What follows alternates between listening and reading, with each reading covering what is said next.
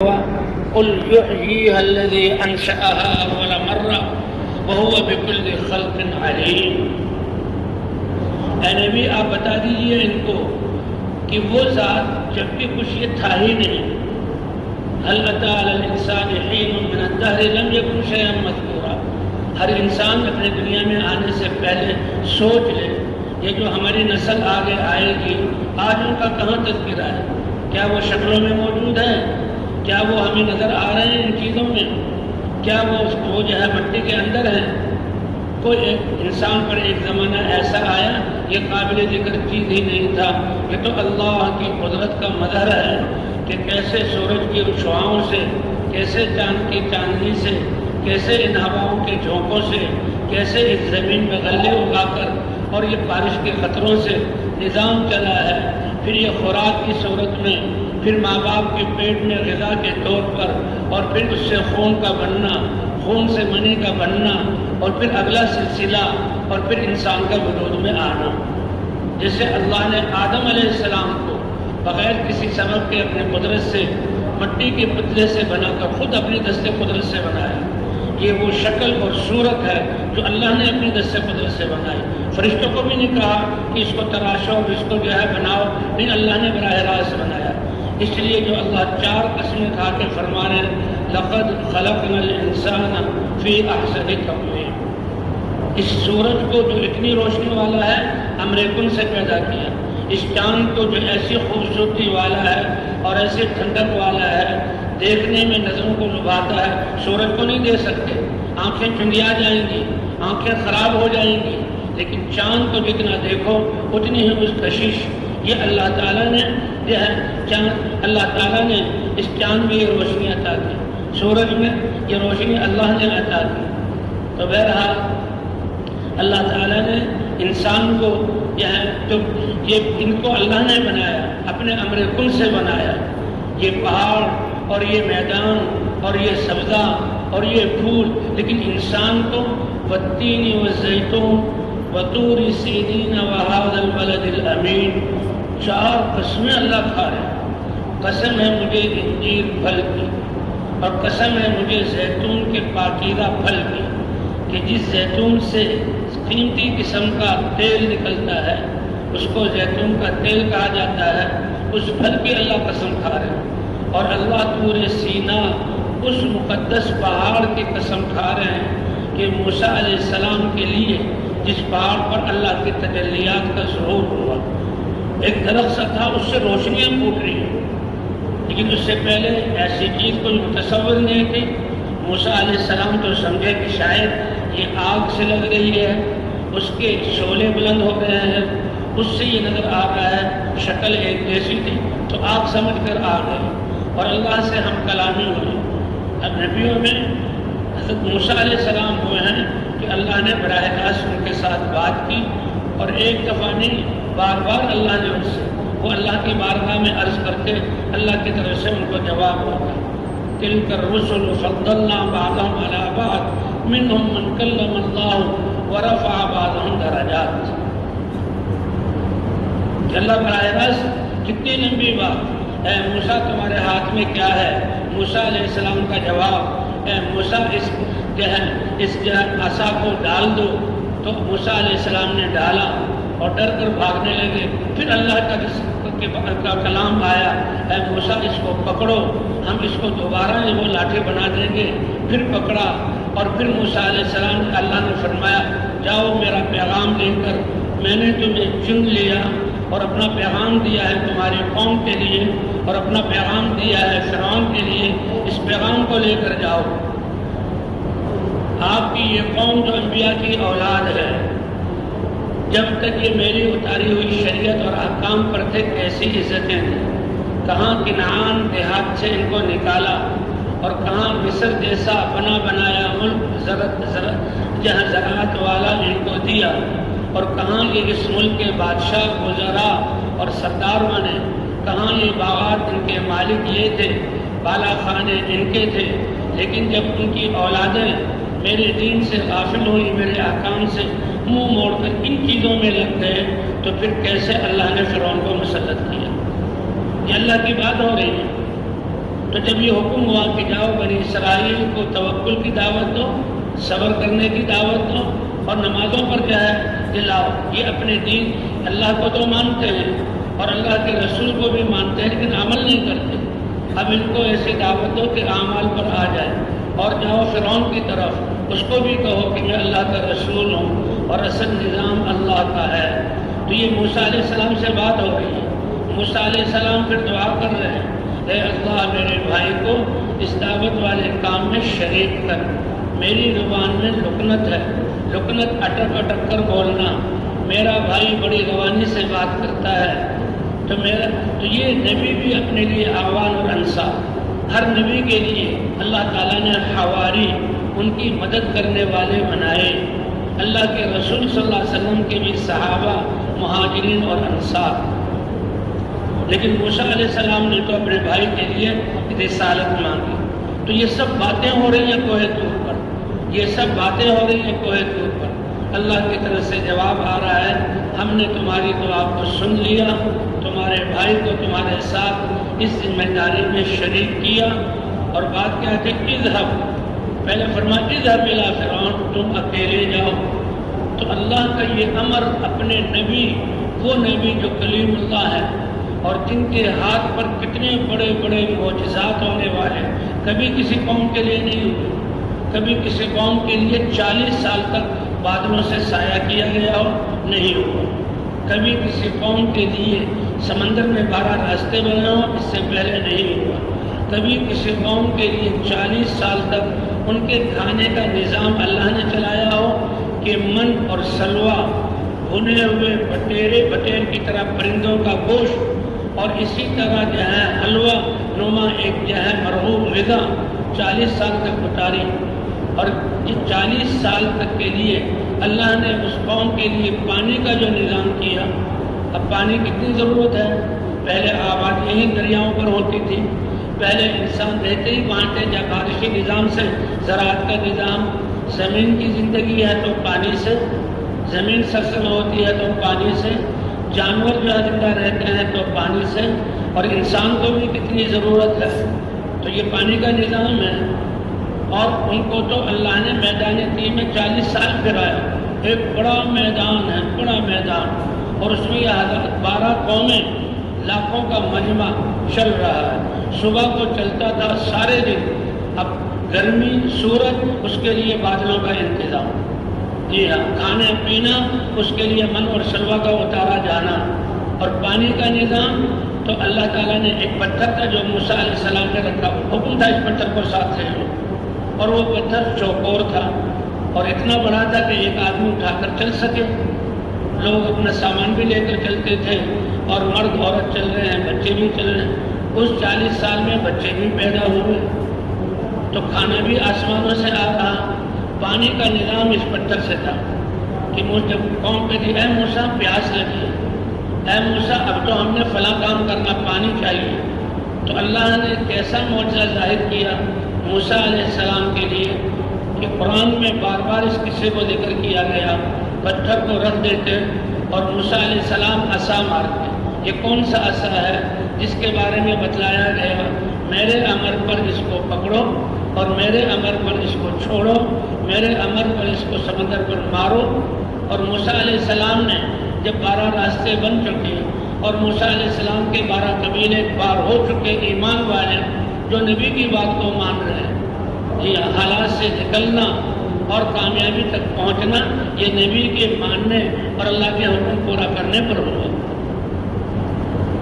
اور اللہ نے اپنی قدرت کو دکھانا تھا، اس لیے اللہ کے دین کی مدد کرتے ہوئے، اللہ کے دین پر چلتے ہوئے، اللہ کی راہ میں نکلتے ہوئے جب حالات آئیں ان کو اللہ کی طرف سے سمجھو اور اس سے پریشان مت ہو، اللہ اپنے برداشت کرو اور اللہ کی ذات پر بھروسہ کرو، اور یقینوں کو ڈگمگانے مت دو، تردد اور شک میں مت پڑو، جب شرع اور نص ہے کہ یہ اللہ کا امر ہے، اس میں کامیابی ہے، چاہے ہماری آنکھیں سمجھتی ہیں کہ نہیں سمجھتی۔ بنی اسرائیل کا ایک اور قصہ اللہ نے لکھا ہے کہ جب وہ آئے وقت کے نبی کے پاس، اے اللہ کے نبی ہمارا کوئی بادشاہ بن جائے اور ہم تکر بتر ہو چکے ہیں اور نافرمانیوں کی وجہ سے اللہ نے بکھیر دیا ان کے سلسلے میں، کوئی نظام نہیں تنگ کہ آپ دعا کیجئے کوئی ہمارا بادشاہ بن جائے اور بادشاہ ہمارے نظام کو سنبھال لے اور ایک نظام کے تحت ہم چلیں۔ ہر ایک اب خود بادشاہ بنا ہوا ہے، ہر ایک اپنی خواہش پر چل رہا ہے، اس سے تو زندگی اجیرن ہو جاتی ہے، اس سے تو انسانیت پریشان ہو جاتی ہے۔ ہر ایک کی مرضی الگ، خواہشات کا رستہ ہی ناکامی کا ہے، تو ان کو ناکامی نظر آ رہی تھی۔ یہ نہیں کہ ہم کسی نظام کے ماتحت نہیں ہونا چاہتے، ہم میں سے ہر ایک کی مرضی چل رہی ہے، اس مرضی میں تو ان کے لیے عذاب تھا۔ اپنی خواہشات پر چلنے میں ناکامی دیکھ رہے تھے۔ چھوٹا بچہ وہ بھی اپنی مرضی پر، نوجوان ہے وہ بھی اپنی مرضی پر، چار بھائی ہر ایک اپنی مرضی پر، بوڑھا ہے ہر اپنی مرضی پر، تو خواہشات کا راستہ تو ناکامی والا راستہ ہے۔ یہ دنیا والی بھی سمجھتے ہیں ہر انسان اپنی مرضی پر چلے گا تو نظام درہم برہم ہو جائے گا۔ ایک یہ ہے کہ انسان اپنی عقل کے بنیاد پر اور اپنے ناقص رائے پر ایک نظام بنا لے، یہ بھی ناکامی کی طرف لے جانے والا ہے۔ ہر ایک کا اپنی مرضی پر چلنا انفرادی اجتماعی زندگی کو تباہ کرے گا، اور اگر مجتمع ہو کر سارے کے سارے پھر اپنی عقل پر چل رہے ہیں تو پھر یہ ہلاکت کی طرف آئیں گے۔ اللہ نبیوں کو یہ لا الہ الا اللہ کا علم اور یقین دے کر بھیجتے ہیں کہ ایک اللہ کے تابع کر لو۔ تو بنی اسرائیل کے ان کو تو بڑا عروج ملا تھا، اللہ کا حکم چھوڑنے کے سے ان پر زوال آیا، اور زوال آنے کے سے کیا ہے دشمن نے ان کو تتر بتر کر دیا، اور خواہشات پر چلتے ہوئے ناکامی کو یہ نہیں کہہ رہے کہ بھئی مزے ہیں، یہ جسم بھی میرا ہے، یہ چیزیں بھی میری ہیں، جیسے چاہیں استعمال کروں، اس کا عذاب وہ دنیا میں دیکھ رہے تھے۔ یہ تو تباہ کر دینے والی چیز ہے کہ میں آزاد ہوں، یہ دنیا آزاد نہیں انسان، وہ اپنے آپ کو اے اللہ کے نبی دعا کیجیے اللہ ہمارے لیے بادشاہ مقرر کر دے۔ تو اللہ نے کہا طالوت یہ تمہارا بادشاہ ہے۔ بادشاہ ہونے کے سے امر مجتمع ہو گیا، ایک نظام بن گیا اور چلنے لگے۔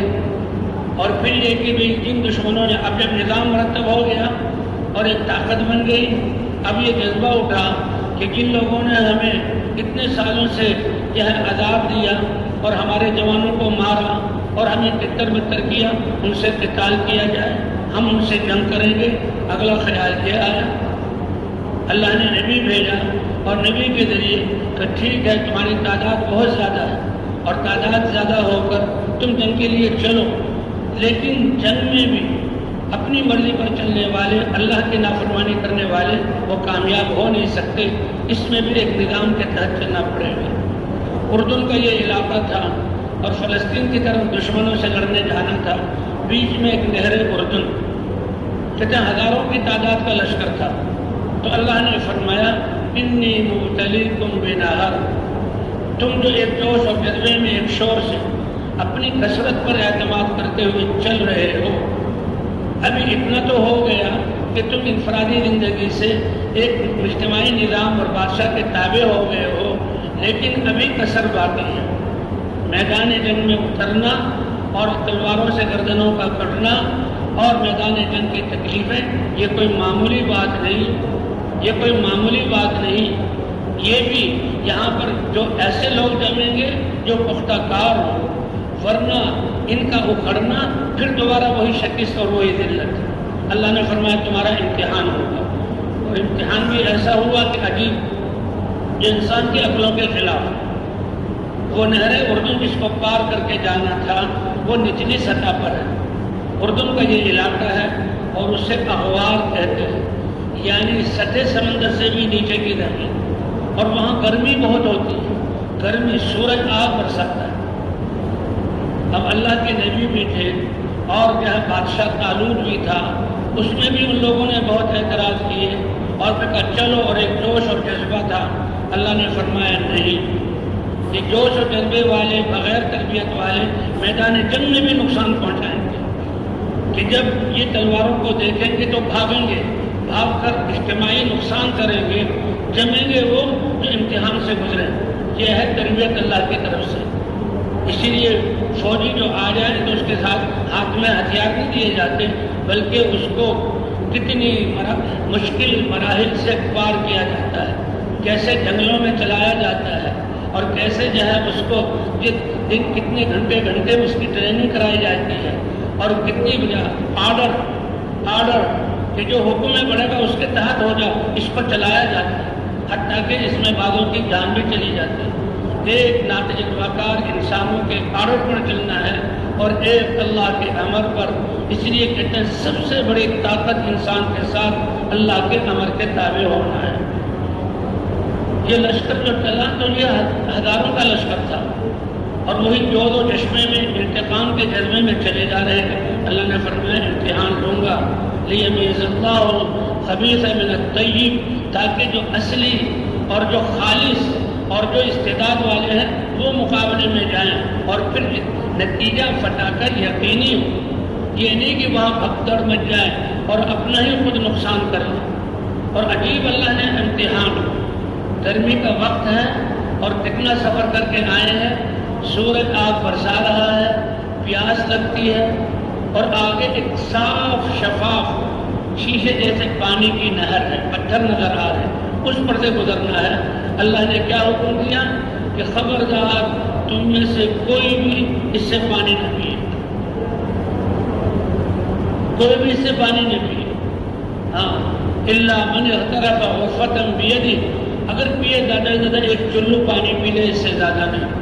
اب یہ حکم اللہ کے نبی پر وحی کے ذریعے آیا، نبی نے ان لوگوں کو بتایا جنہوں نے یہ دیکھا کہ نبی کی دعا سے ہمارا بادشاہ متعین ہوا اور ہمارا ایک نظام بنا، اور ہم جنگ کرنے کے لیے دشمن کی طرف جا رہے ہیں۔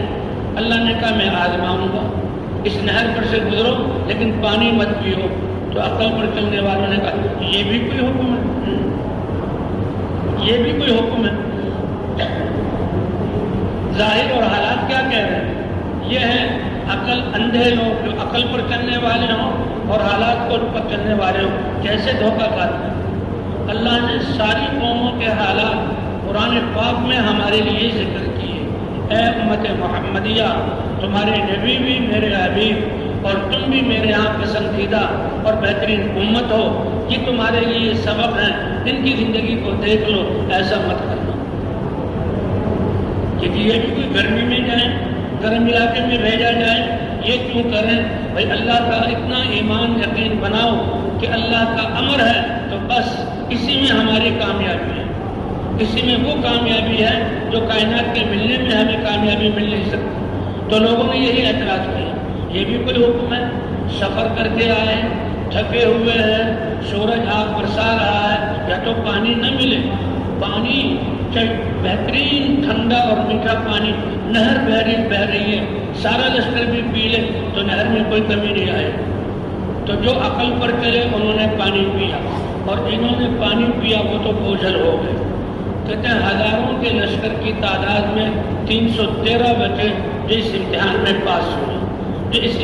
میں پاس ہوئے، کہ انہوں نے یہ پانی پیا ہی نہیں، یہ پیا تو چلو بھر پیا۔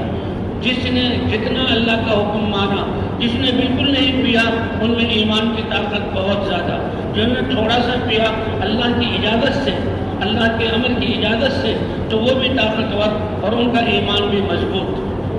اب جب نے خوب پانی پیا تو وہ تو ان کے پیٹ کھل گئے اور ان کو تو پسینہ آنے لگا۔ کہتے ہیں بیل جب زمین میں زمیندار اس سے ہل چلا رہا ہو تو اس کو پیاس لگتی ہے، تو زمیندار اس کو پانی پینے نہیں دیتا کہ ابھی گرم ہے اور یہ ہل چلائے گا، اور جو ہی اس کو پانی پلایا پھر بیل بیٹھ جاتا ہے پانی پیتے ہی۔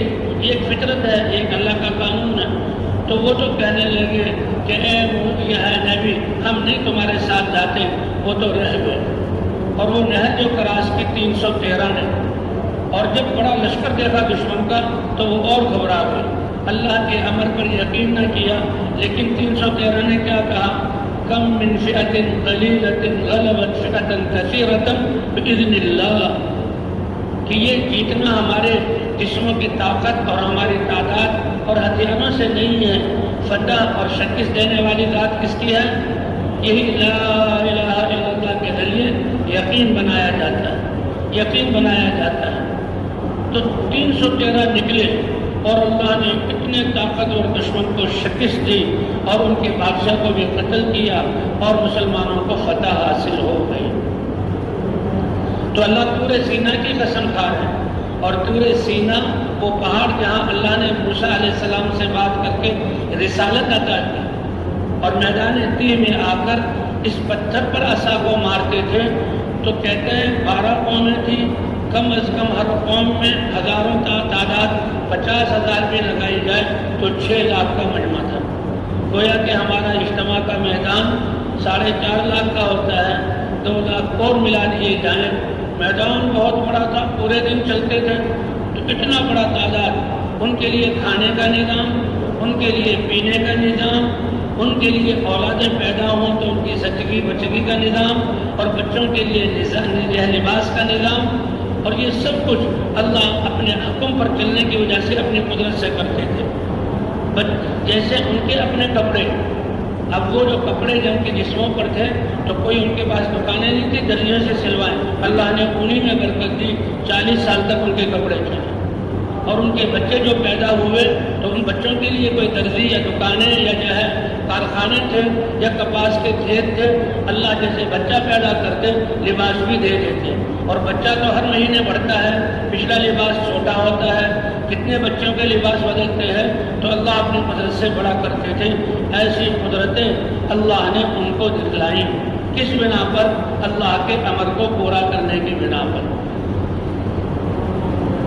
تو اللہ نے طور سینا کی قسم کھائی، والتین والزیتون وطور سینین وہذا البلد الامین، اس امن والے شہر کی قسم کھائی کہ یہ بیت اللہ اور یہ حج، یہ عمرہ اور وہاں جا کر طواف کرنا، یہ چیزوں کی شکلیں دیکھنے کے لیے نہیں ہے، بلکہ اللہ کی قدرت کے مظاہر کو دیکھنے کے لیے ہے۔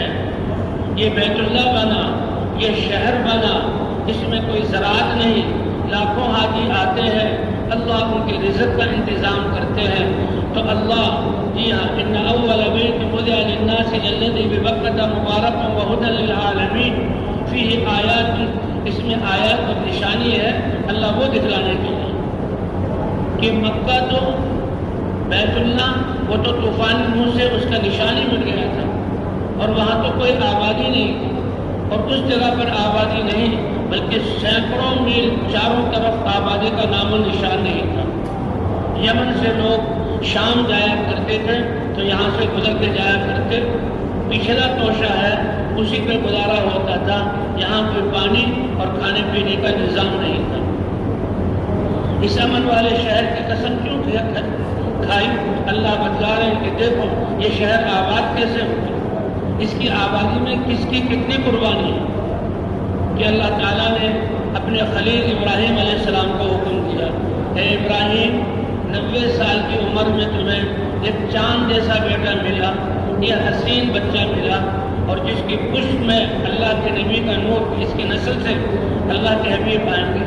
ابراہیم علیہ السلام کا دل اس کی طرف، اللہ نے چاہا کہ اپنے نبی کو اس کی حکم دے کہ اس کی قربانی کرو، کہ لوگ اپنے بچے کو اور لوگ اس جوان بیوی کو، ایک آسیہ وہ ایک سارا بیوی ہے وہ خاندانی ہے، ان کو اپنے پاس رکھو، ان کا بیٹا اسحاق علیہ السلام بعد میں آئے، اور یہ حاجر ان کو لے کر چلو۔ تو یہ بہت بڑا امر تھا کہ اللہ جوان بیوی اور اس سے اتنا خوش قسمت بچہ ایسا پیارا، لیکن اللہ کے امر کے سامنے کچھ نہیں، لے کر چل پڑے، ذرہ برابر تردد شک یا اللہ کی بارگاہ میں عرض کرنا نہیں، یہ ہے نبیوں کا درجہ، فوراً لے کر چل پڑے۔ شام کے ٹھنڈے سائے اور وہاں کے چشمے، وہاں کے باغات اور پھول، وہاں کی پاکیزہ غذائیں اور وہاں کی بڑی بڑی عمارتیں سب کو چھوڑ کر نکلے۔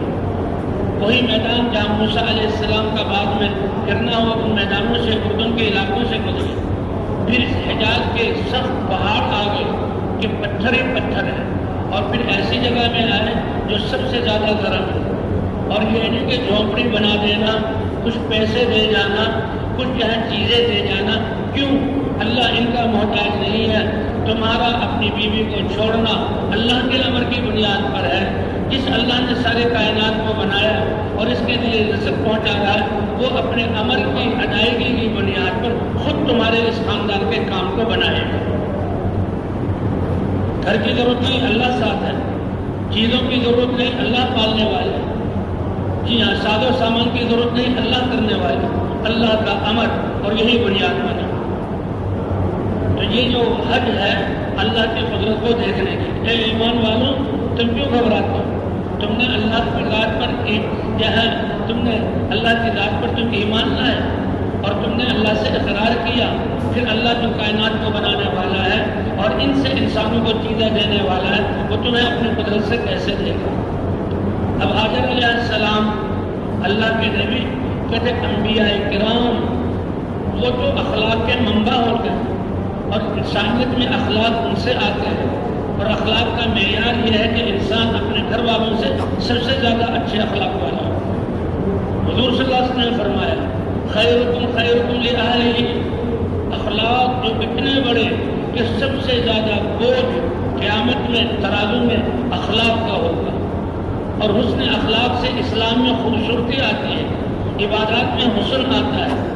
تو یہ اخلاق تو انبیاء کے اخلاق اپنے ساری انسانیت اور اپنی امتوں کے ساتھ، اور سب سے زیادہ اپنے گھر والوں کے ساتھ۔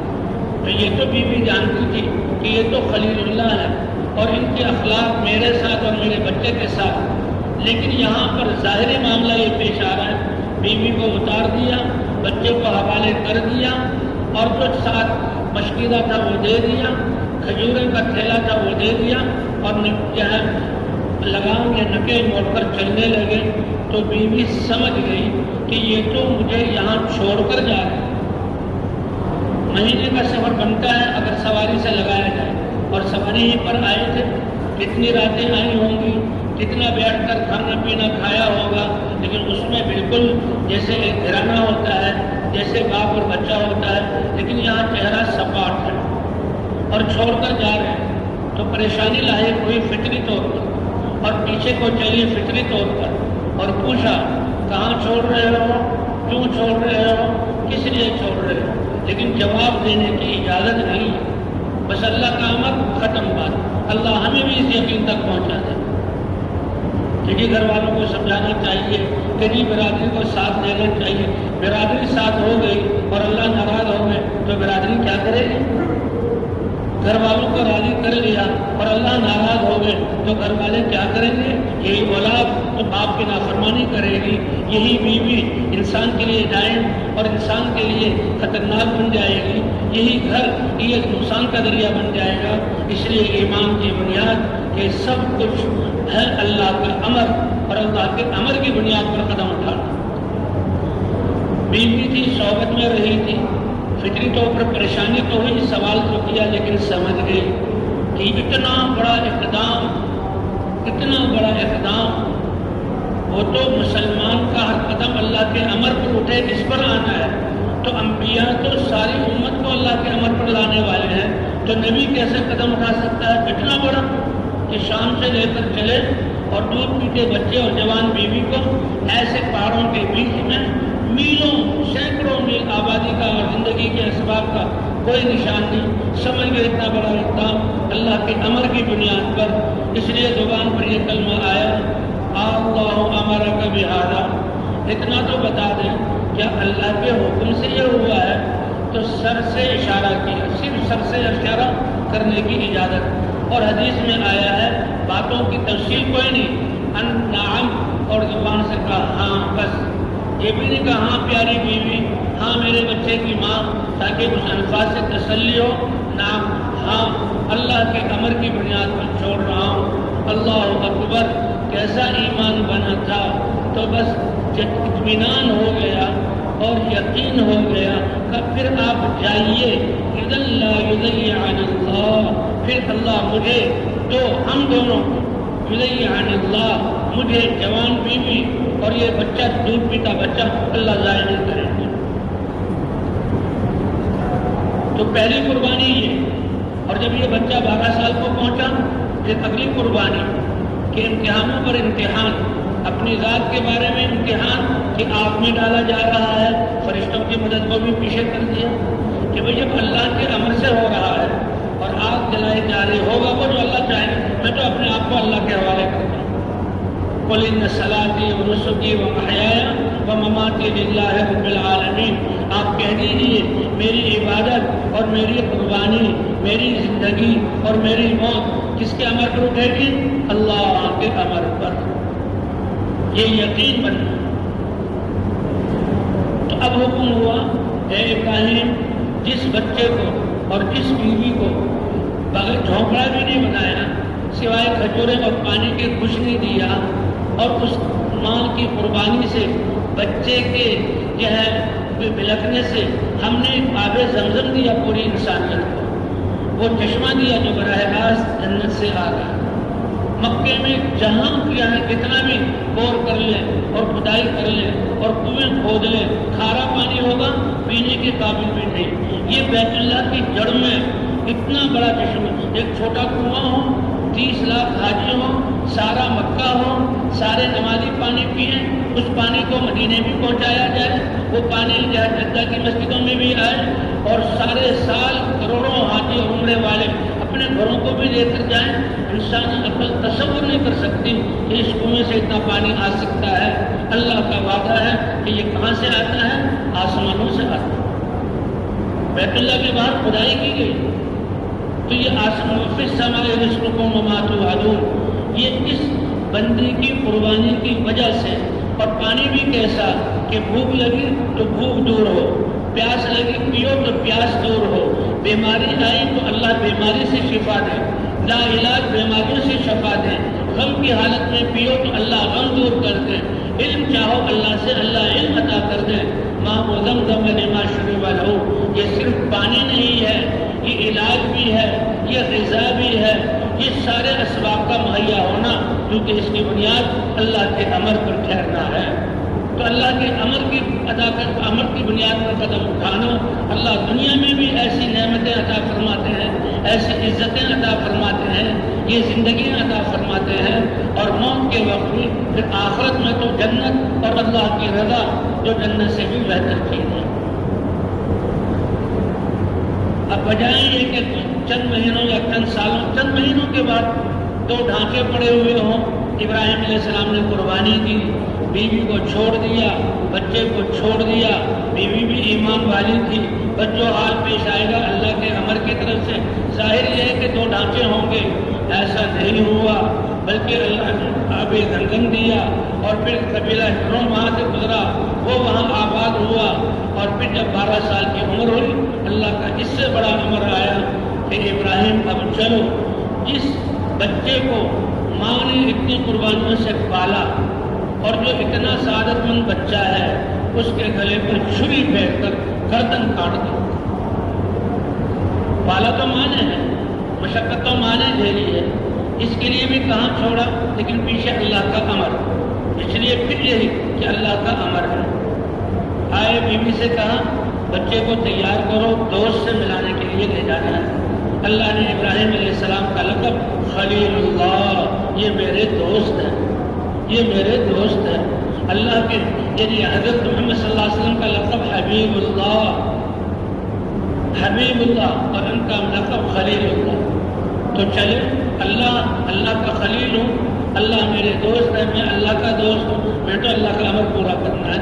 جیسے اپنے آپ کو آگ میں ڈالنے کے لیے پیش کر دیا تھا، اور ظاہری بات یہی تھی، نمرود اور فوجیں اور ظاہری آنکھوں والے یہی کہہ رہے تھے آج ابراہیم علیہ السلام کا قصہ ختم۔ اللہ نے فرمایا اے ابراہیم تیرا قصہ ختم نہیں ہوگا، بلکہ تیرا تذکرہ قیامت تک چلے گا، تیرا تذکرہ قیامت تک چلے گا۔ جو اپنے آپ کو اللہ کے دین کے لیے فنا کے لیے پیش کر دیتے ہیں، اللہ فنا نہیں ہونے دیتے۔ اب ظاہری منظر تو آپ نمرود تو اسی لیے خوش ہو رہا تھا، نمرود بادشاہ اور ایسا بڑا نظام، ایسی بڑی فوج، ملک اس کا، اور اپنی ملک نظام کی مضبوطی کی وجہ سے صرف اس کے دماغ میں بادشاہ ہونے کا گھمنڈ نہیں تھا، بلکہ میں تمہارا رب ہوں، میں تمہارا پالنے والا ہوں۔ ابراہیم علیہ السلام جب بچے چھوٹے تھے تو ماں سے بات کی شروع کی تو ماں بچے سے بلواتی ہے، کہلواتی ہے، اور اس کے ہر لفظ پر فدا ہوتی ہے۔ تو ماں کی گود میں ہے، پوچھا اماں میرا رب کون ہے؟ اب یہ دیکھیں ذہن کی پہنچ اور ذہن کی سطح، جو اسباب میں اٹکائے گا وہ کہاں اٹک جائے گا، اور جو اللہ تک پہنچے گا اللہ اس کے ذہن کو کتنا وسیع کر دے۔ اسے آپ تبلیغ میں نکلنے کی وجہ سے لوگ حیران ہوتے ہیں، یہ بکری چلانے والا، یہ مزدوری کرنے والا، اور یہ جو ہے بیچارہ یہ گھاس کاٹنے والا اور یہ مزدور قسم کا آدمی خوش بکلاش، لیکن جب کھڑا ہوتا ہے کہتا ہے بھائیو دوستو، میری اور آپ کی اور سارے انسانوں کی دنیا میں جہاں بس رہے ہیں اور قیامت تک آنے والی نسلوں کی دنیا اور آخرت کی کامیابی اللہ نے اپنے حکم میں رکھی ہے۔ ارے اتنی اونچی سوچ اور ایسی بات اور ایسی وسعت قلبی کہ لوگ تو اپنے خاندانوں ہی میں زندگی بسر کر دی اور وہی زندگی کا سرمایہ اٹھا دیا اور ناکام ہو کر گئے، اور یہ مزدور اور یہ تلاش اور یہ کیا ہے زمیندار، یہ بکری چلانے والا، یہ پھٹے پرانے کپڑوں والا، اس کے ذہن کو یہ وسعت کس نے دی؟ کیوں نہ ملے کہ اس نے اللہ کے نام پر اپنے آپ کو اللہ کے حوالے کیا اور اللہ کے راستے میں نکلا۔ اللہ نے ایسی وسعت ذہن کہ یہ پوری انسانیت سے نیچے کی بات نہیں کرتا، یہ پوری دنیا کی جو ہے بستی بسنے والوں سے کے نیچے باتیں نہیں کرتا، بلکہ یہ تو جنات کو بھی شامل کرتا ہے۔ اور یہ تو صرف دنیا نہیں، موت، قبر کا مرحلہ کتنے سالوں کا ہے، پھر ہمیشہ کی زندگی، یہ علم کس نے دیا؟ اللہ کے اس امر نے کہ نکلو میرے دین کی محنت کے لیے، نکلو میرے دین کی محنت کے لیے۔ تو ابراہیم علیہ السلام آئے کہ اپنے دوست سے ملانے جانا ہے، بچے کو تیار کر دو، تیار کر دیا۔ شاباش اس ماں پر کہ اس ماں نے بچے کی تربیت کیسے کی، لے گئے تاکہ ماں کے سامنے چھری نہ چلے، پہاڑوں کے پیچھے بچے کو کھڑا کیا اور کہا بیٹا اللہ کا حکم تیرے بارے میں یہ ہے کہ میں تیری گردن پر چھری پھیروں، تیری گردن کٹے اور اللہ کا امر ادا ہو جائے۔ میرے ذمہ گردن کا کاٹنا اور تمہارے لیے اللہ کا امر تم گردن کے کٹنے پر صبر۔ بچے کی ایسی تربیت کی تھی اس ماں ہستی نے کہ بچہ بھی خوشی کے مارے اچھل پڑا۔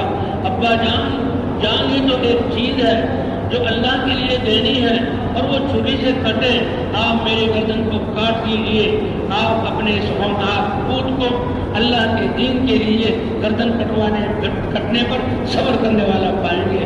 شاباش اس ماں کو، اس نے بچے کی ایسی تربیت کی، اور ابھی تک کا معاملہ ایسا ہی ہے۔ دیکھو اللہ کے امر پر یہی گردن کٹے گی، قصہ ختم، بس ماں کو لے جائیں گے، وہ بھی بیچارے کب تک بیٹے کے غم میں زندہ رہیں گے، اس کا قصہ بھی ختم۔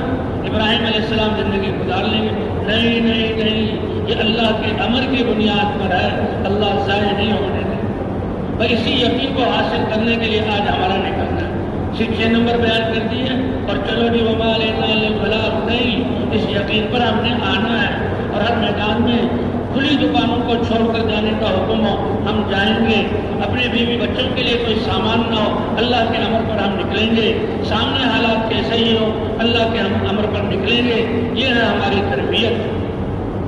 ہر حال میں، ہر جگہ پر، جتنے وقت کے لیے جہاں کے لیے تنفرتم فانفروا، اللہ کہہ رہے ہیں، اور اس کی مشق کے لیے 5 دفعہ گھروں سے نکالا جاتا ہے، دکانوں سے نکالا جاتا ہے۔ بھلا جو نماز نہیں پڑھتے وہ کیسے نکلیں گے اللہ کے امر پر؟ یہ نماز بھی تو اسی کی مشق ہے، نماز ہی اسی کی مشق ہے کہ جناب 9 بجے 10 بجے دکان شروع کی، کھولی، گاہک آنا شروع ہوئے، اور ظہر کے وقت رش ہے، دیہاتوں والے بستیوں والے آئے ہوئے ہیں کہ عصر سے پہلے لوٹنا ہے، اور یہ دکان کا سلسلہ چل رہا ہے۔ ایک دنیا والوں کی نظر بہت گاہک، بڑی بکری، بڑا نفع، بڑے پیسے، ایک اللہ پھر کیا دلانا چاہتے ہیں؟ نہیں نہیں، اے مسلمانوں، ان بازار والوں میں سے اے تاجر مسلمانوں، اے لا الہ الا اللہ کہنے والوں، تمہاری کامیابی ان گاہکوں کے نمٹانے میں نہیں ہے، تمہاری کامیابی تو اللہ کے امر پر ان کو چھوڑ کر مسجد میں آنے میں ہے، جیسے ابراہیم نے اپنے خاندان کو ایسی جگہ پر چھوڑا تھا۔ تو ایسا یقین ہمارا بنے، حی علی الصلاح حی علی الفلاح، بلکہ اس سے پہلے اللہ اکبر 6 دفعہ اور اشہد ان لا الہ الا اللہ 2 دفعہ، اللہ کی بڑائی اور اللہ کی وحدانیت، اللہ کی ذات کا یقین ایسے کہ دل خوشی سے اچھلنے لگے، انتظار ہو کہ اللہ کی طرف سے بلاوا کب ہوگا۔ ارے گاہکوں میں لگا ہوا ہوں اور بڑی اچھی بکری ہو رہی ہے، اور بڑے اچھے سودے ہو رہے ہیں، لیکن میں اس میں کامیاب نہیں ہوں گا، اس میں بھی اللہ کا امر پورا کرنے کی وجہ سے۔ لیکن جب اس سے بڑا امر آ گیا، حلال کمانے کا حکم اللہ نے دیا اور تعاقب کے ساتھ امانت داری کا حکم اللہ نے دیا، اور اس تجارت میں انسانوں کی ہمدردی اللہ نے دی، اب اللہ کا اس سے بڑا امر آ گیا۔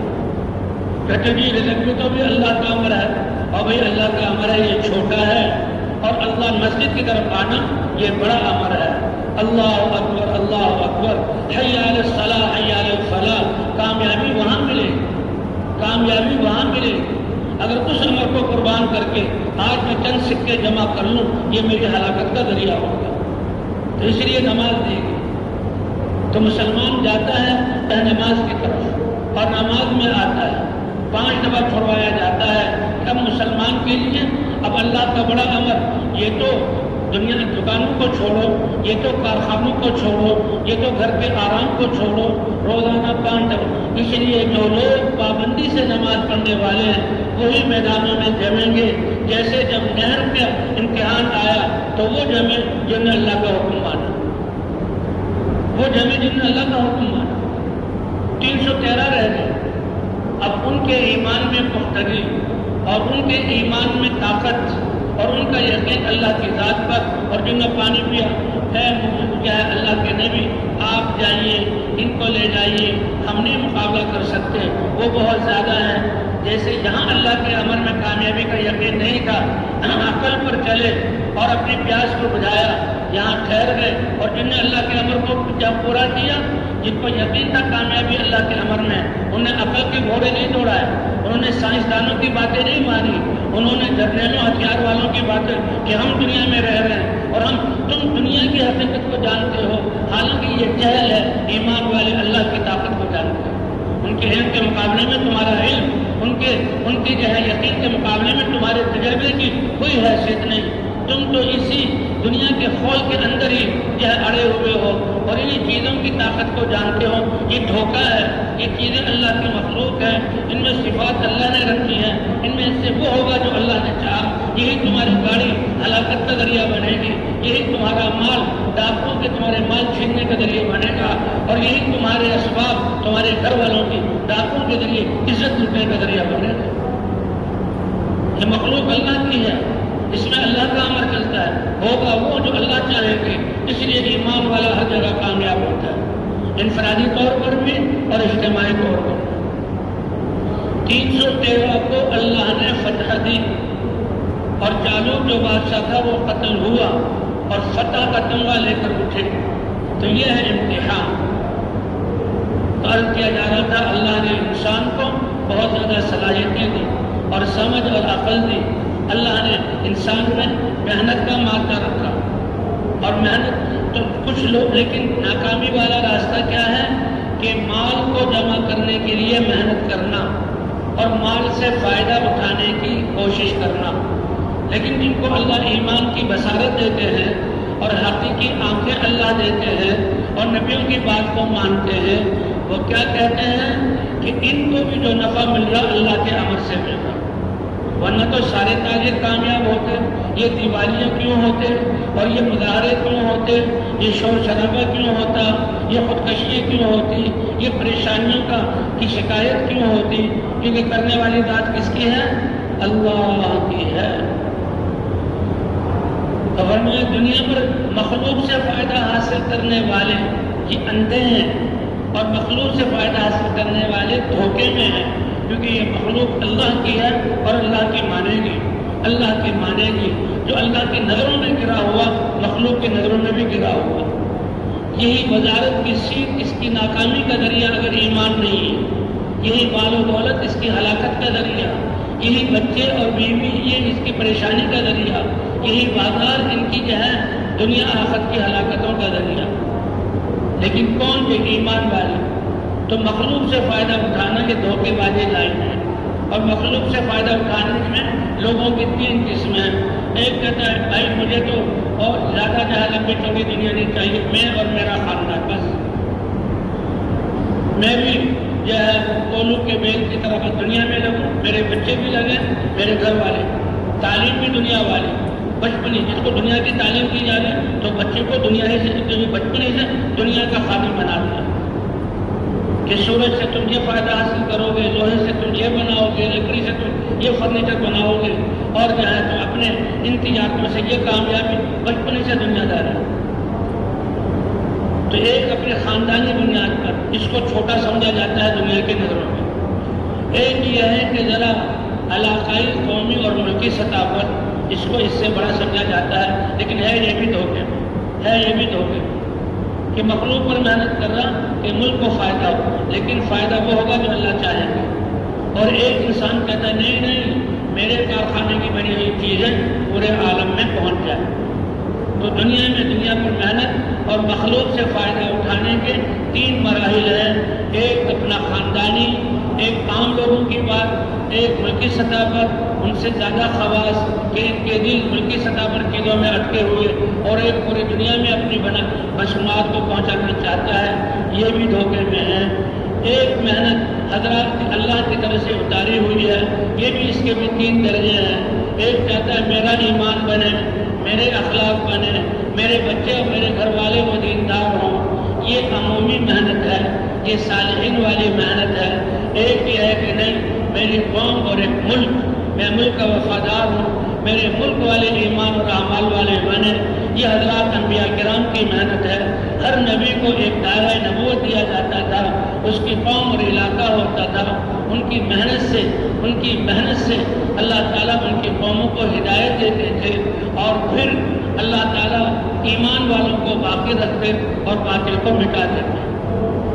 اور ایک عالمی سطح کی محنت ہے، اور وہ محنت حضرت محمد صلی اللہ علیہ وسلم کی ہے کہ اللہ بھی فرما رہے ہیں کہ میں نے سارے عالموں اور سارے انسانوں کے لیے وما ارسلناک الا کافۃ للناس بشیرا ونذیرا، کہ آپ کے زمانے میں یہ انسان اور قیامت تک جو انسان آئیں گے ان سب کے لیے دنیا آخرت کی کامیابی کے لیے ہم نے آپ کو رسول، سراج منیر، بشارت دینے والا اور اللہ کے عذاب سے ڈرانے والا بنا کر ہم نے بھیجا ہے۔ تو یہ حضور صلی اللہ علیہ وسلم کا مرتبہ ہے، جو سید المرسلین ہیں، جو خاتم النبیین ہیں، جو اللہ کے حبیب ہیں، جن کی امت میں ہونے کا شرف اللہ نے ہمیں بخشا ہے۔ لیکن آپ کے ختم نبوت کی وجہ سے اللہ نے آپ کی امت کو بھی یہ اعلیٰ منصب اور مرتبہ اور ذمہ داری عطا فرمائی۔ پہلی امتوں کا کام تو نبی پر ایمان لانا، اللہ کی ذات پر ایمان لانا، اس کی وحدانیت کو ماننا، اترے ہوئے احکام کو پورا کرنا، اس پر اللہ اس زمانے کے باطل کو توڑ دیتے تھے۔ نمرود نے جو چاہا وہ نہیں ہوا، بلکہ اللہ نے جو چاہا وہ ہوا۔ نمرود کو نجومی کے ذریعے اور جادوگروں کے ذریعے احساس ہوا کہ تیری بادشاہت میں کیا بچہ پیدا ہوگا جو تیرے ملک کی ہلاکت کا سبب بنے گا۔ تو یہ تو اپنی بادشاہت پر اتنا ڈرتے ہیں کہ ان کی ہوائیں نکل جاتی ہیں، ان کے پاؤں تلے کی زمین اکھڑ جاتی ہے۔ اور حتیٰ کہ اتنا بھی ہوا کہ جس رات میں وہ بچہ باپ کی پشت سے ماں کی یہاں پیٹ میں جائے گا وہ رات میں بتا دی گئی، اور اس نے پوری حکومت کا انتظام کیا۔ لیکن جب صبح ہوئی بتانے والوں نے بتایا کہ جو اب وہ ان کو تو اللہ پر یقین نہیں تھا، لیکن ہم کہتے ہیں کہ اللہ نے جس بات کا فیصلہ کیا تھا وہ ہو چکا۔ اللہ نے تو نمرود نے جو چاہا وہ نہیں ہوا، اللہ نے جو چاہا وہ ہوا۔ قصہ سنا رہے تھے کہ ابراہیم علیہ السلام ماں کی گود میں تھے۔ اب جب اللہ کو نہ پہچانے انسان کی ذہنی سطح کیسی اور ایمان والے بچے کی ذہنی سطح کیسی، اماں میرا رب کون ہے؟ تو انسانی کہ بھائی جو نہلانے دھلانے دودھ پلانے غذا مہیا کرنے والا وہ رب ہوتا ہے، بیٹا تمہارا رب تو میں ہوں۔ لیکن ابراہیم علیہ السلام نے قبول نہیں کیا۔ یہ کیسے ہو سکتا ہے؟ اچھا تمہارا رب کون ہے؟ بیٹا میرا رب تو تمہارے باپ ہے۔ یہ ایسے انسان الجھ کے رہ جاتا ہے، ایسی جہالت والی باتیں کرتا ہے کہ تمہارا باپ وزیر ہے اور وہ وزارت کی ذمہ داری کو پورا کرتا ہے اور اس کی تنخواہ سے ہم تم پلتے ہیں، وزیر ہے۔ جب ایمان نہیں ہوگا تو سانپ کو رب مان لیں گے، بچھو کو رب مان لیں گے، آگ کی پوجا کریں گے، ہواؤں کی پوجا کریں گے، فرش جو ہے ستاروں کی پوجا کریں گے۔ انسان جو ان کی اس کی خدمت کے لیے بنا اس کے سامنے جھک جائے گا اور ان چیزوں سے ڈرے گا۔ اچھا اماں، میرے باپ کا رب کون ہے؟ کہ تمہارے باپ کا رب تو نمرود ہے۔ وہ کہتا تھا انتظامات اور تنخواہیں یہ میرے نظام سے چل رہی، وہ بھی دھوکے میں اور یہ بھی دھوکے میں۔ اس کا سانس اللہ کے امر سے چل رہا، اس کے جسم کے اندر سارے نظام اللہ کے امر سے چل رہے۔ اللہ اس کا پیشاب روک دے تو یہ فوجیں اور یہ ہتھیار اور یہ عہدے اور یہ دنیا اور یہ بادشاہ اس کا پیشاب بھی چالو نہیں کر سکتے۔ اس لیے مسلمان تو جب بیت الخلاء سے باہر آتا ہے الحمدللہ الذی اذھب عنی الاذی وعافانی، اللہ کا شکر ہے پانی پیا تھا، اس نے جسم میں اللہ کے حکم سے کام کیا اور پیشاب کی صورت میں گندگی بن کر اس نے باہر آنا تھا، تو مسلمان کا تمام تعریفیں اللہ کے لیے ہے جس نے اس پیشاب والی گندگی کو مجھ سے نکالا اور پیشاب رک کر جو میرے جسم میں تباہیاں آتی اللہ نے مجھ سے بھی عافیت دی۔ یہ کھانا کتنا اچھا تھا، کتنا خوشبودار مزیدار تھا، کیسے طبیعت للچا رہی تھی، لیکن اب اندر جا کر کیا بنا؟ اگر یہ رک گیا تو انسان کی تباہی۔ کہتے ہیں وہ آنتیں جو ہیں وہ بند جاتی ہیں اور پاخانہ بند، پھر انسان کی چیزیں نکلتی ہیں اور ڈاکٹر پیٹ پھاڑتے ہیں اور پھر اس کے رگوں کو جو ہے یہ کون کرنے والا ہے؟ یہ بھی اللہ کی طرف۔ اس لیے مسلمان الحمدللہ الذی اذھب عنی الاذی، تمام تعریفیں اس اللہ کے لیے جس نے اس تکلیف کو دور کیا۔ یہ تو گندگی تھی۔ تو بہرحال اماں، باپ کا رب جو ہے نمرود ہے۔ اب اگلی بات کہ نمرود کا رب کون ہے؟ تو ماں کی عقل کی پہنچ تو یہاں پر بچے کو محبت میں چپت لگائی، بیٹا کیا بات کر رہے ہو، مجھ سے چلے، اور نمرود کے اوپر کوئی لا نہیں، وہ تو رب الارباب ہے۔ ماں ایسا نہیں ہو سکتا، ایسا نہیں ہو سکتا۔ اس لیے فرمایا نہ ستارہ رب ہے، نہ چاند رب ہے، نہ سورج رب ہے۔ اے لوگ تم ان کو مانتے ہو، تمہاری بات تو ستارے کے روشن ہونے پر تم چیزوں کو الہ مان رہے تھے وہ ختم ہوئی، اور چاند کے آنے پر تمہاری بات سے ستارے کی نفی ہوئی، اور سورج کے آنے پر تمہارے عقیدے کے مطابق چاند کی نفی ہوئی۔ تو یہ سورج بھی یہاں بات نہیں اٹکتی۔ یہ رب تو وہ ہے جو ان ساری کائنات کے نظام کو چلاتا ہے، اور وہ اکیلا لا الہ الا اللہ، لا الہ الا اللہ، یہی بنیاد ہے اور یہی یقین۔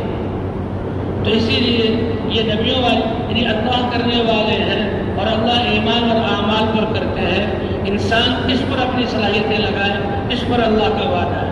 من عمل صالحا من ذکر او انثی وهو مؤمن فلنحيينه حیاة طیبہ، ایمان کی حالت میں جسم کے استعمال کو ٹھیک کر لو، ہم پاکیزہ زندگی دیں گے۔ موسم اللہ بدلتے ہیں، دن رات کا نظام اللہ چلاتے ہیں، ہوائیں اللہ چلاتے ہیں، ساری کائنات کے لیے کچھ کر رہے ہیں۔ اے انسان، تیرے جسم کے اندرونی نظام اور اندر کا چین و سکون اور باہر کی چیزوں کا تمہارے موافق ہونا، یہ کرنے والی ذات بھی کون سی ہے؟ انفرادی زندگی بنانے والے بھی اللہ، اجتماعی زندگی بنانے والے بھی اللہ، اندرونی زندگی بنانے والے بھی اللہ، باہر کی زندگی بنانے والے بھی اللہ، آخرت کو ٹھیک کرنے والے بھی اللہ، اور دنیا کے حالات کو ٹھیک کرنے والے اللہ۔ لیکن کتنی بڑی مہربانی تمہاری بادشاہتوں پر جو ہے نہیں رکھا کہ تم جو حالات بنا لو گے، زور لگا لو، سب طاقتیں صرف کر دو، چیزیں سستی ہو ہی نہیں سکتی، تمہارے دلوں کا خوف جا ہی نہیں سکتا، محبتیں قائم ہو ہی نہیں سکتی، اور تم انسانیت کو جوڑ کر دکھلا نہیں سکتے۔ ایڑی چوٹی کے دور لگ رہے ہیں، ہر ایک کی چیخیں نکل رہی ہیں، ہر ایک پریشان ہے، کیونکہ یہ چیزیں مخلوق ہے، یہ کرنے والے نہیں، کرنے والی ریت کو ذات کون سی ہے؟ اور اللہ کو دکھلاؤ اپنے دل کا یقین، اللہ کو دکھلاؤ اپنے جسم سے ظاہر ہونے والے اعمال۔ جب اللہ جیسے اللہ چیزوں کے خالق ہے، ایسے اللہ حالات کو بھی اتارنے والے ہیں، اور حالات کا تعلق ایک انسان تمہارے دل کے یقین اور اعمال کے ساتھ ہے۔ نہ اللہ تمہاری شکل و صورتوں کو دیکھتے ہیں، اور نہ تمہارے جو ہے وہ مالوں کو دیکھتے ہیں یہ تو مخلوق ہے، اللہ اگر دیکھتے ہیں تمہارے دل کے یقین کو، اور اللہ اگر دیکھتے ہیں تمہارے جسم سے نکلنے والے اعمال کو، انفرادی مرد عورت کی، میاں بیوی کی، بیٹے بیٹی کی، دادا دادی کی زندگی بنائیں گے ایمان اور اعمال پر، اور اجتماعی زندگی بنائیں گے پوری قوم اور انسانیت کے ایمان اور اعمال پر۔ وَلَوْ أَنَّ أَهْلَ الْقُرَىٰ آمَنُوا وَاتَّقَوْا لَفَتَحْنَا عَلَيْهِمْ بَرَكَاتٍ مِّنَ السَّمَاءِ وَالْأَرْضِ، یہ بستیوں والے ایمان والے ہوتے، اب اللہ کی زمین پر رہتے ہوئے اللہ کو پہچاننا، اس لیے سب سے بڑا علم وہ اللہ کو جاننا۔ اللہ راضی کس طرح ہوتے ہیں، اللہ کون سے احکام سے اعمال سے زندگی بناتے ہیں، یہ ہے جاننا۔ یہ نہیں کہ لوہے سے ہم کیا کچھ بنا سکتے ہیں اور لکڑی سے ہم کیا کچھ بنا سکتے ہیں اور سیمنٹ سے ہم کیسے محلات طے کر سکتے ہیں اور کیسے ہم سڑکیں اور گھر بنا سکتے ہیں اور ان سے کیسے جو ہے مصنوعات بنا سکتے ہیں، ان سے اطمینان نہیں ملے گا۔ چیزیں جمع ہو جائیں گی، دوائی اور چیز کا نام ہے، صحت اور چیز کا نام ہے، ورنہ تو ہر دوائی کھانے والے کو، ہر ہسپتال میں آنے والے کو اور ہر کلینک میں آنے والے کو صحت مند ہو کر جانا چاہیے تھا۔ کچھ لاشیں نکلتی ہیں اور کچھ ذرا صحت پا کر نکلتے ہیں، کچھ اپنی بیماری کے ساتھ ابھی زندگی کا سرمایہ باقی ہے نکل جاتے ہیں۔ ایک دفعہ کا قصہ ہے ہمارے لاہور کے بڑے اسپتال کا کہ ایک مریض اور وہ ختم نہیں، ڈاکٹروں نے وینٹیلیٹر پر لگا دیا یا اس کا بہت خطرناک مرض بتلایا علاج میں لے کے، اور ایک دیکھنے والا عیادت کے لیے آنے والا کہ بھئی مریض کو دیکھا ہوں، پتہ نہیں اس کی کتنی زندگی باقی ہے، میں اس کو تسلی دیا ہوں۔ مسلمان ہونے کے اعتبار سے تسلی دینا، عیادت کرنا یہ مسلمان کا حق ہے۔ وہ گیا اور اس کی عیادت کی، لیکن وہیں پر ہسپتال ہی میں اس کو اٹیک ہوا، گرا، اس کی لاش نکلی اور بیمار ٹھیک ہو کر اسی ہسپتال سے نکل گیا۔ یہ واقعہ، یہ کہاوت نہیں ہے، کہاوت کے لیے کہانی سنائی جائے سبق کے لیے، یہ واقعات ہے کہ جس کی عیادت کے لیے آیا تھا کہ بھئی موت ہو تو جانا ہے، زندگی ہو تو اللہ حوصلہ دے دے، وہ صحیح ہو کر نکلا، اور جو عیادت کے لیے آیا تھا اس کی لاش نکلی۔ تو زندگی دینے والے اور موت کو پیدا کرنے والی ذات کون سی ہے بھائی؟ اللہ کی ہے۔ تو اس لیے یہ یقین کا درست ہونا اور جسم کے اعمال کا درست ہونا، اعمال میں سب سے بڑا عمل نماز کا ہے۔ جیسے دعوت سے اللہ کی بڑائی بیان کرو اور میں حضور صلی اللہ علیہ وسلم کے طریقے پر دعوت دو، پوری انسانیت اور قیامت تک آنے والوں کی نسلوں کی نیت کر کے بتاؤ، اے دنیا بھر کے انسانوں، ایک فقیر بھی اس آواز کو لگا رہا ہے، ایک مزدور بھی اس آواز کو لگا رہا ہے، ایک تاجر بھی یہ بات کہہ رہا ہے مسلمانوں کا، ایک انجینئر بھی مسلمانوں کا یہ بات کہہ رہا ہے، ایک ڈاکٹر بھی یہ بات کہہ رہا ہے، ایک مسلمانوں کا بادشاہ بھی یہ بات کہہ رہا ہے۔ تو ان سب کی آواز فقیر سے لے کر بادشاہ تک اللہ کے ہاں سب سے زیادہ پسند ہے، اور اللہ کا اعلان ہے کہ ان سے اچھی آواز کسی کی ہو نہیں سکتی، کہ یہ حق آواز ہے۔ یہ کرنے والی ذات کون سی ہے؟ اور تنہا تنہا ہے اور اپنی قدرت سے کرتی ہے، اس سے اچھی آواز کسی کی نہیں۔ اس کا تعلق نہ فقر سے ہے اور نہ بادشاہت سے ہے، اس کا تعلق دل کے یقین سے ہے۔ سب کو برابر اللہ نے یہ مواقع دیے ہیں اور اسباب میسر کیے۔ لقد خلقنا الانسان فی کبد، ہر انسان محنت کے میدان میں آتا ہے اور محنت کرتا ہے، یہ اس کی فطرت ہے، لیکن اللہ بتائیں گے کہ کس کی محنت صحیح ہے اور کس کی محنت خسارے والی ہے۔ جان بھی لگے گی، جوانی بھی خرچ ہوگی، سرمایہ بھی لگے گا۔ قل هل ننبئكم بالاخسرین اعمالا الذین ضل سعیهم فی الحیاۃ الدنیا وهم یحسبون انهم یحسنون صنعا۔ اللہ فرماتے ہیں ہم بتلائیں گے، اے نبی آپ بتلائیے، جو حقیقت ہے وہ بتلائیے، جو میرا نظام ہے، کون ہے سب سے زیادہ گھاٹے میں جانے والے ہیں؟ جو دنیا میں رہتے ہوئے مریخ کو سر کرنے کی کوشش کرتے تھے، ستاروں پہ کمن ڈالتے تھے اور اپنی صلاحیتوں کو لگاتے تھے اور بتاتے تھے لوگوں کو کہ ہم چاند تک پہنچ گئے، ہم مریخ تک پہنچ گئے اور ہم نے یہ کر لیا اور ہم نے وہ کر لیا۔ اللہ فرماتے ہیں سب سے زیادہ نقصان میں یہ ہے، ان کی آخری زندگی کے دیکھو کیسے گزرتی ہے، کیسے حواس باختہ ہوتے ہیں اور کیسے آیا کرتے ہوئے جاتے ہیں اور کیسے فرشتے ان کی روح نکالتے ہیں اور کیا کچھ ان کے ساتھ قبر میں ہو۔ دنیا کیونکہ جو اللہ کی دی ہوئی صلاحیت زندگی اور جسم کی طاقت اور عقل کی صلاحیت کو گھٹیا چیز کے لیے لگاتا ہے تو اس کا دھیان گھٹیا ہی رہتا ہے. جیسے دنیا میں بھئی یہ تو بھنگیا راستوں کی صفائی کرتا ہے، اسی پر اس کی کمائی ہو رہی ہے، یہ تو بیچارہ ریڑھی لگا کے پھرتا ہے، اپنی صلاحیتیں اس پر لگانا، اس کی تو بیچارے کی چھوٹی سی دکان ہے. یہ کہاں سمجھتا ہے دنیا کو؟ دنیا کو ہم مارکیٹوں والے سمجھتے ہیں، دنیا کو ہم جو ہے بادشاہتوں والے سمجھتے ہیں، دنیا کو ہم وزارتوں والے. کائنات کی نظر میں تم بھی اسی طرح ناکام ہو جس طرح وہ ناکام ہے. اللہ فرما رہے ہیں تم بھی ناکامی سے نکلنے کا. والعصر ان الانسان لفی خسر، کامیابی سارے انسان گھاٹے میں ہیں، مزدور سے لے کر فقیر سے لے کر بادشاہ تک اور سرمایہ دار اور کارخانے زمیندار تک. مگر پہلا قدم اپنے دل کے یقین کو ٹھیک کرنا، دوسرا قدم اپنے جسم کے استعمال کو ٹھیک کر کے اعمال کی پونجی بنانا، اس سے اگلا قدم دوسروں کو بھی فکر کر کے ان کو بھی بتلانا، اور اس سے اگلا قدم راستے میں آنے والی تکالیف کو برداشت کرتے ہوئے ان کو بھی صبر کی وصیت کرنا. فرمایا کہ قرآن میں امام شافعی رحمۃ اللہ علیہ کا قول ہے اگر یہی صورت نازل ہوتی انسانوں کو دی جاتی، یہ خلاصہ ہے قرآن کا، تو یہ کافی تھی کہ خبردار زمانے کی قسم سارے انسان جو صلاحیتوں کو لگا رہے ہیں، ظاہر کو دیکھ کر دنیا میں دوڑ رہے ہیں، یہ سب ناکام ہیں. الا الذین آمنوا، مگر ایمان والے، وہ لوگ جو اللہ کی طرف دوڑ لگانے والے ہیں، کیونکہ ایمان ان کی دوڑ اللہ کی طرف لگوائے گا. اور اللہ بھی کہتا ہے ففروا الی اللہ، اے انسانوں دوڑ لگاؤ تو کس کی طرف لگاؤ؟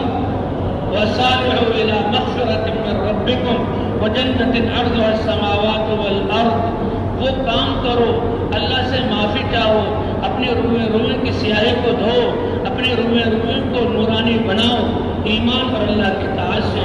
یہ حضور کی تعلیم کردہ یہ آیات ہے. اے اللہ میرے دل کو نورانی بنا، اے اللہ میرے دماغ کو نورانی بنا، اے اللہ میرے پٹھوں کو ان میں نور بھر دے، اے اللہ میری کھال میں نور بھر دے، اے اللہ چاروں طرف نور ہی نور، دل کی وہ روشنی جس سے تیرے پر آپ پر ایمان لانا اور آپ کے کام پہ ماننے میں کامیابی. یہ نور پہلے دل میں آتا ہے، دعوت دینے سے یہ نور آئے گا، نمازیں پڑھنے سے یہ نور آئے گا، قرآن پاک کی تلاوت کرنے سے یہ نور دل میں آئے گا. اور قیامت میں یہ نور انسان کے چہرے اور جسم پر، جو اعلیٰ قسم کے لوگ ہوں گے جب قبروں سے اٹھیں گے، ان کی روشنی تو سورج کی روشنی، ان کا نور سورج کی روشنی کی طرح، لیکن وہ سورج کی وہ روشنی نہیں جو آنکھوں کو تکلیف پہنچائے، جو آنکھوں کو بھا جائے. وہ آتے ہیں کہ جس ماں باپ نے اپنے بچوں کو ایک بچے کو قرآن پاک حفظ کروایا تو اس کو ایسا تاج پہنایا جائے گا کہ جس کی روشنی سورج کی روشنی سے بھی زیادہ ہوگی، دل کو لبھانے والی، آنکھوں کو ٹھنڈا کرنے والی روشنی ہوگی. جب سورج اتنی دور سے دوپہر کو تمہاری ہر چیز کو روشن کر دیتا ہے، اگر سورج تم اپنے گھر میں لے آؤ تو وہ روشنی کتنی ہوگی. یہ صرف اپنے بچے کو اللہ کا کلام جس میں ساری انسانیت کے لیے ہدایت ہے، اللہ کا کلام صرف سینے میں محفوظ کرنا، اس پر اللہ والد کو وہ روشنی عطا فرمائے. یہ سورج کروڑوں میل دور اور پھر اتنے دن میں روشنی، اور جب گھر میں آ گیا تو کتنی روشنی ہوگی بھائی. تو اسی لیے حدیث میں ہے کہ اللہ تمہاری صورتوں کو، مالوں کو نہیں دیکھتے، اللہ تمہارے ایمان اور اعمال کو. تو اس یقین کو بنانے کے لیے کلمے کی دعوت دے کر پھرنا ہے اور اللہ کے راستے میں نکلنا ہے. اور اسی یقین کو بنانے کے لیے نمازیں ہیں. 5 دفعہ اللہ ہمیں اپنے ہر 5 دفعہ اللہ اپنے گھر میں بلاتے ہیں. جیسے گھر مساجد اللہ کا گھر ہے، گویا اللہ اپنی ملاقات کے لیے اللہ کو کتنی محبت کہ 5 دفعہ کہ کہیں یہ انسان دنیا میں نہ پھنس جائے. شور ہے، خریداری ہے، آئے ہوئے ہیں، لیکن جو ہی اللہ ہمیں اس سطح تک پہنچا دے کہ جو ہی 12 ساڑھے 12 1 بجے بازار بھر جائیں گاہکوں سے اور مزدوروں سے اور تاجروں سے، اور جو ہی اللہ اکبر کی آواز لگے بازار خالی ہو جائیں جیسے کہ یہاں کوئی تھا ہی نہیں. کیا بھر جائیں؟ مسجدیں بھر جائیں. کیوں بھائی؟ یہ محنت کریں گے انشاءاللہ. ہاں، ایک بات تاریخی ایک قصہ لکھا ہے کہ مسلمان جب دعوت لے کر اٹھے اور دائی کے ساتھ اللہ کی مدد، اور اس کے مقابلے میں آئے گا اللہ اس کو پاش پاش کر دے. کہتے ہیں یہ دشمن جو ہمارے جسموں کو ادھیڑ رہے، جو ہماری عزتوں کو تار تار کر رہے، جو ہمارے ملکوں کو لوٹ رہے، ہمارے علاقوں کو تقسیم کر کے اپنی کالونیاں بنا رہے، اگر ہم خیر کا معاملہ اپنے لیے چاہتے ہیں تو پھر دعوت لے کر ان کے سامنے آ جائیں. یا تو اللہ ان کو ہدایت دے گا تو یہ اپنی ان سب چیزوں سے توبہ کر کے ہمارے ہمدرد، خیر خواہ اور احسان مند بن جائیں گے، اور اللہ ہمیں یہ عزت دیں گے کہ ہماری وجہ سے ان کو ہدایت ملے. لیکن اگر مقابلے میں آئیں گے تو یہ ہمارے مقابلے میں نہیں آئیں گے بلکہ اللہ کے مقابلے میں آئیں گے، اور جو اللہ کا مقابلے پر آ جائے پھر اس کا نام و نشان باقی نہیں رہتا. ہم تیاری کریں، ہم مقابلے میں آئیں، اللہ کو ساتھ دیں.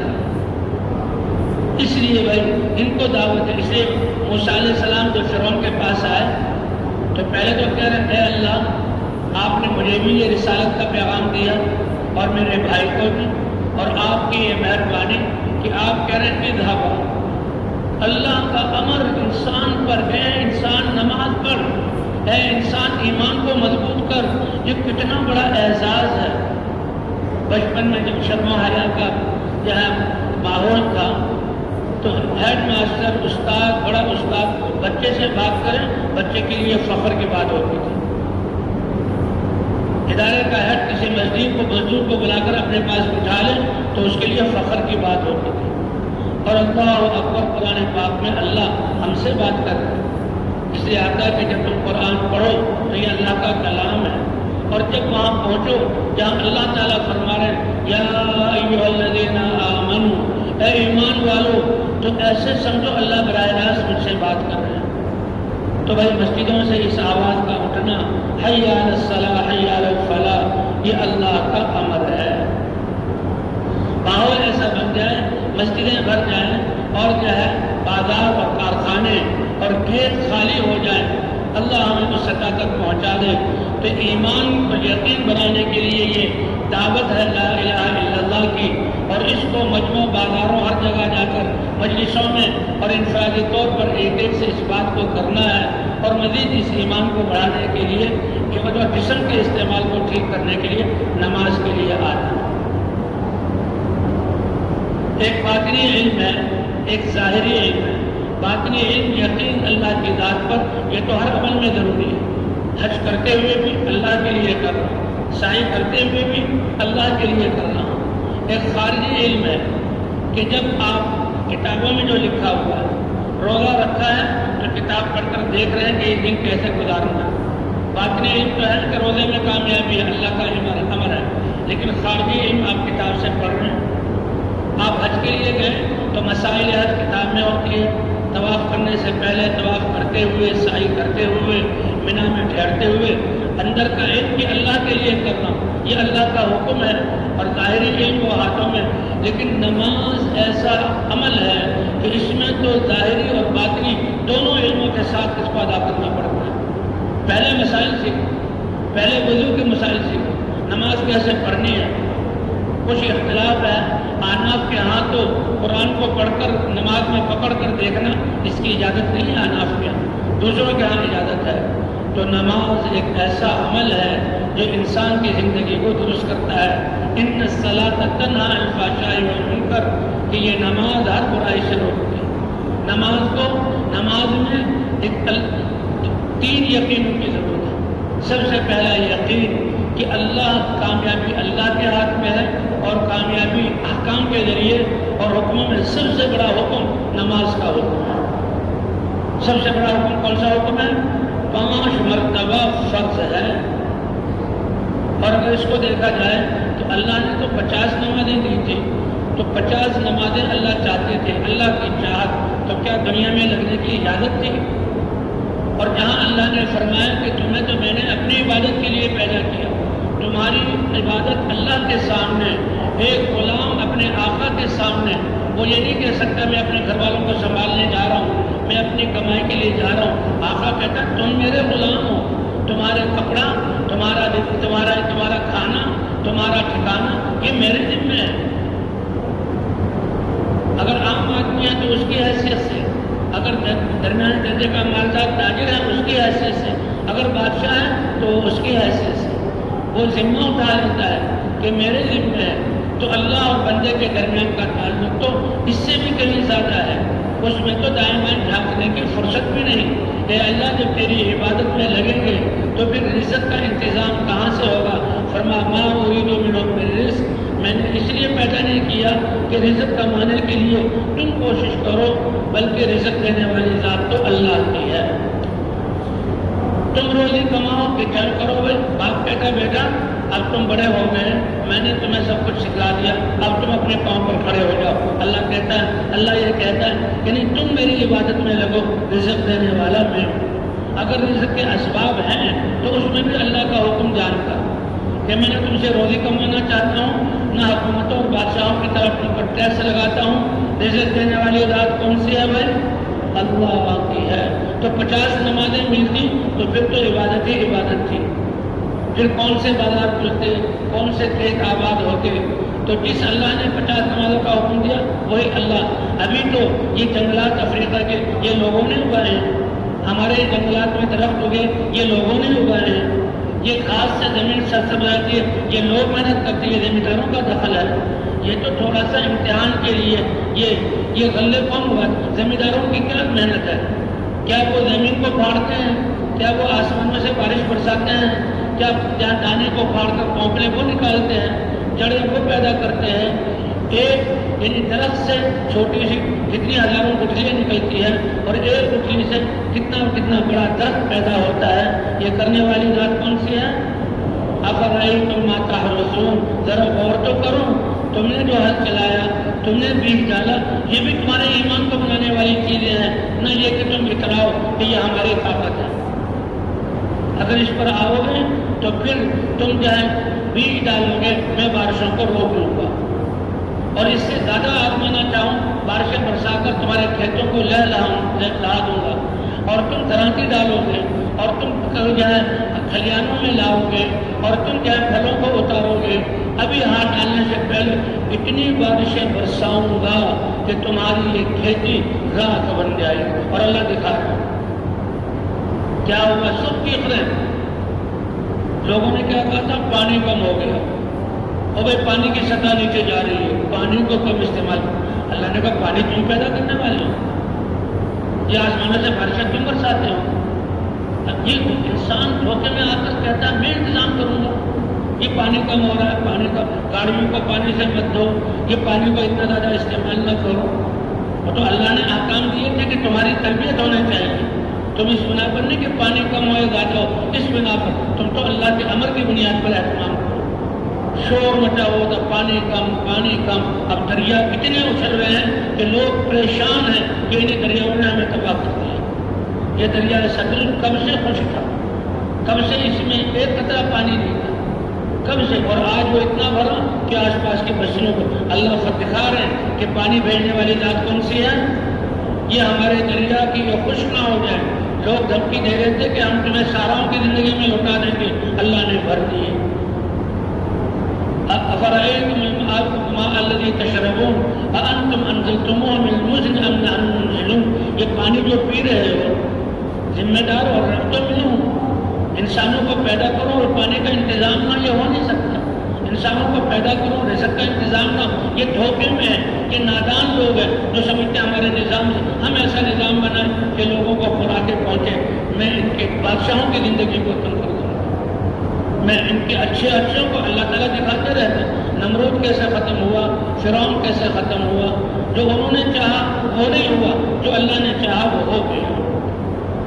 نمرود نے جو چاہا ابراہیم علیہ السلام کے قصے کو مٹانا وہ نہیں ہوا، ان کا قصہ تو رہتی دنیا تک رہے گا۔ اللہ نے بیت اللہ بنوایا اور ان کے دین کو چلایا، ان کی نسل میں انبیاء آئے اور ان کی نسل میں حضرت محمد صلی اللہ علیہ وسلم آئے، ان کا نام قرآن پاک میں، اور نمرود وہ ذلت کے ساتھ اس کا نام لیا جاتا ہے۔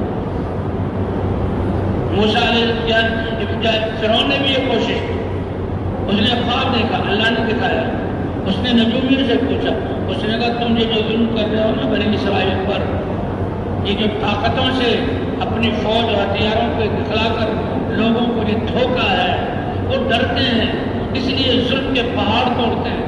یہ بگڑے ہوئے انسانوں کی فطرت ہے کہ ہم طاقت کے ذریعے ان کو دبوچ لیں گے. نہیں ہوگا وہ جو اللہ. یہ فرعون کا نظام ہے. مجھے کہا اچھا اس قوم میں ایک بچہ پیدا ہوگا, بچہ جو بالکل بے بس اور بے سہارا ہوتا ہے, وہ میری ملک کی ہلاکت کا ذریعہ بنے گا. چلو میں بچوں کو قتل کرواتا ہوں.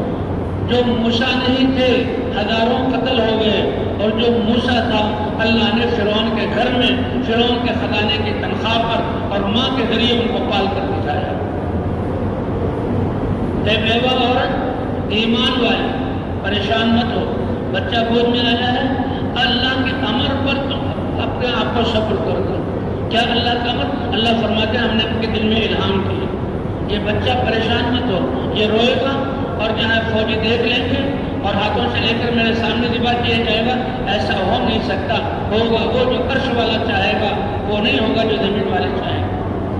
اور تمہارے امتحان کے لیے کہ تم اس کو صندوق بنواؤ, بڑھئی سے صندوق میں بند کر دو. ابھی اے اللہ میں ماں میں اس کو چھپا کر رکھوں, اس کی آواز باہر نہ جائے, کسی کو اس کی ہوا بھی نہ لگنے دوں. یہ تو بچنے کا ایک راستہ ہے.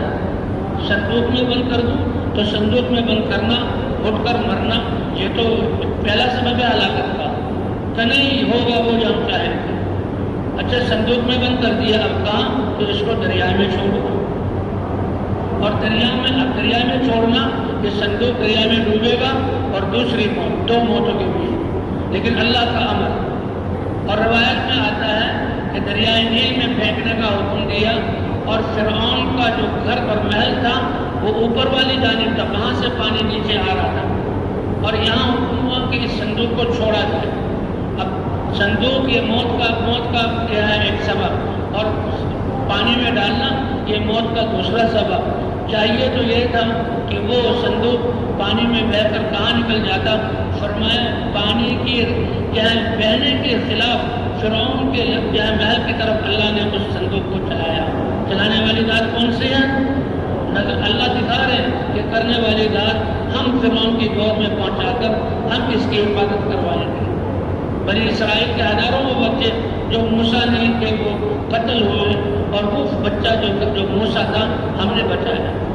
اب اللہ کی شان پانی, ایک روایت میں کہ اوپر کی طرف ہر ایک کی نظر اس طرف, اور فرعون کا محل دریائے نیل کے کنارے تھا, اس کے نیچے سے دریائے نیل بہتا تھا. وہ بھی بالکونی یا کنارے پر سیر کرنے آیا ہوا تھا. اس نے جو یہ توجہ دیکھا کہ صندوق اوپر کی طرف آ رہا ہے, صندوق اوپر کی طرف آ رہا ہے, وہ حیران ہوا. غوطہ خوروں کو حکم دیا, غوطہ لگایا, صندوق کو لے کر آئے کہ صندوق میں کیا خزانہ ہے اور کیا ہے. کہ صندوق کھولا تو ایک چاون جیسا بچہ جو انگوٹھوں کو چوس رہا ہے, اور اس کا ہو سکتا کرشنے والا بچہ یہی ہوگا کہ جو میرے ہلاکت کا ذریعہ بنے گا. اللہ فرماتے ہیں اس کی زبان سے ہم نے یہ کہلوا بھی دیا, پھر بھی ہم نے اس کو اسی کی گود میں اور اسی کے محل میں پلوا کر دکھایا. تو حکم کس کا چلے گا بھائی؟ اللہ. آسیہ جو بیوی تھی وہ بھی آ گئی. وہ بنی اسرائیل میں سے تھی, ملکہ تھی, مصر تھی, اور فرعون جیسا بادشاہ تھا. اس کے بنائے ہوئے محلات اور محلات کے راحتیں اور آرام وہ بھی آئے. اس نے کہا یہ کرشماتی بچہ یہ وہی ہے وہ تو کتنے بچوں کو بھی نے مار دیا, جو صندوق میں بند وہ زندہ, اور پانی میں جہاں ڈالا گیا پانی نے ہلاک نہیں کیا. پھر اوپر کی سطح کی طرف آئے وہی بچہ ہے. اللہ نے کہلوا دیا. اللہ نے بیوی کے دل میں جہاں ایمان وہ جہاں رحم پیدا کیا. تم کتنے بچوں کو مارو گے؟ وہ بچہ تو پتہ نہیں کہاں چلا گیا. یہ اتنا چاند سا بچہ, ہم لا ولد ہیں, اس کو تو ہم پالیں گے.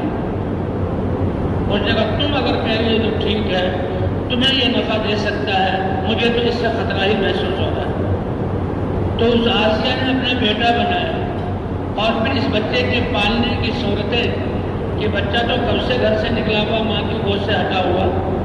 اللہ نے فرمایا اے ام موسیٰ, اے موسیٰ کی ماں, میرے حکم پر چھوڑ دو, اور ہم تمہاری گود میں دوبارہ اس کو لوٹائیں گے, اور ہم تمہاری آنکھوں کو ٹھنڈا کریں گے. ایک کو اپنی حفاظت کے بلبوتے پر کرتی تو کیا ہوتا, ایک اللہ کے امر کے حوالے کیا, اللہ نے کیسے قدرت کا اظہار کیا.